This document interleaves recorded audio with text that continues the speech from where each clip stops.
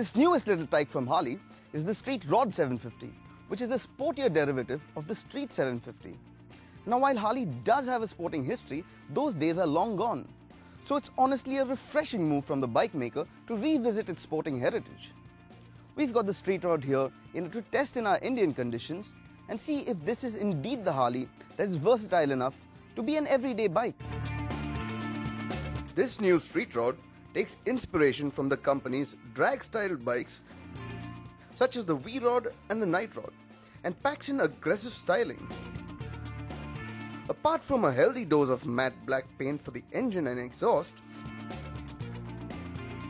the rear fender too has been shortened to give it a sportier makeover, and the drag bike motif continues to the front with a tall cowl around the round headlight along with flat drag style handlebars and bar end mirrors. The new Street Rod derives its motor from the same 749cc 8-valve liquid-cooled V-twin Revolution X engine that powers the Street 750 with identical bore and stroke figures but with a new fueling system. In this high power, guys, it features twin-port injection and it gets a larger throttle body as well. This motor makes 62 Nm of torque, which is an increase of 3 Nm, coming in at 4000 RPM. While Harley Davidson doesn't specify the exact power figures for either the Street 750 or the Street Rod, they do mention that the latter has a peak horsepower increase of 11%, coming in at 8250 RPM. The rev limiter now kicks in at 9000 RPM instead of the Street 750's 8000 RPM. With an increase of only 5 kg in terms of curb weight, this increased power and torque figures translates to sharper acceleration on the Street Rod as compared to its cruiser sibling. The bike also gets a shorter and wider exhaust that adds a slightly more aggressive soundtrack to the motor. On the other hand, the 6-speed gearbox is carried over exactly as is from the Street 750. While the main frame of the bike has been maintained, it gets a shorter subframe. It now gets beefy 43mm inverted forks at the front, while the twin rear shocks now get piggyback reservoirs for improved damping. With the new forks, the front geometry of the bike has also been altered and now features a tighter 27-degree rake angle, which also results in a reduced trail of 99 mm. This has led to a drop of 10 mm from the overall wheelbase. And in order to maximize cornering performance, Harley Davidson has also upgraded the tires to radials. The improved rubber from MRF really ensures that this Street Rod is not just about straight roads.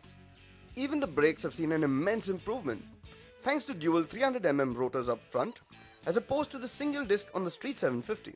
However, the rear brake stays the same, although Harley is now offering ABS as standard on the Street Rod, which should really help increase safety to match the boost in performance. So the Street Rod's got a nice bucket-shaped seat that adds to the overall sporty look of the bike. And once you get aboard,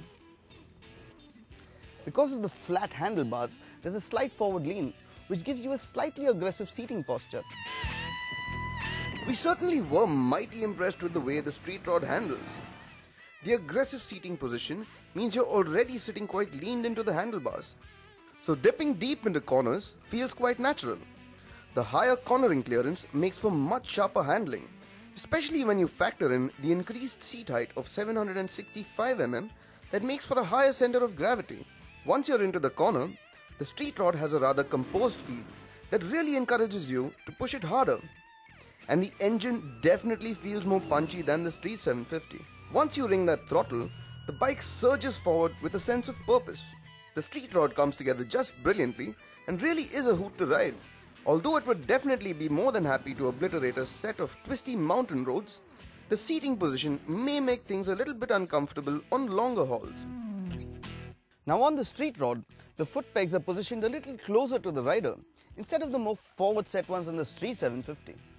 The only issue with these foot pegs is if you're in slow-moving, crawling traffic and you have to put your feet down, they do tend to get in the way. And another issue is if you put your left foot on the ground, your thigh tends to touch the rear cylinder head, which does tend to get quite hot.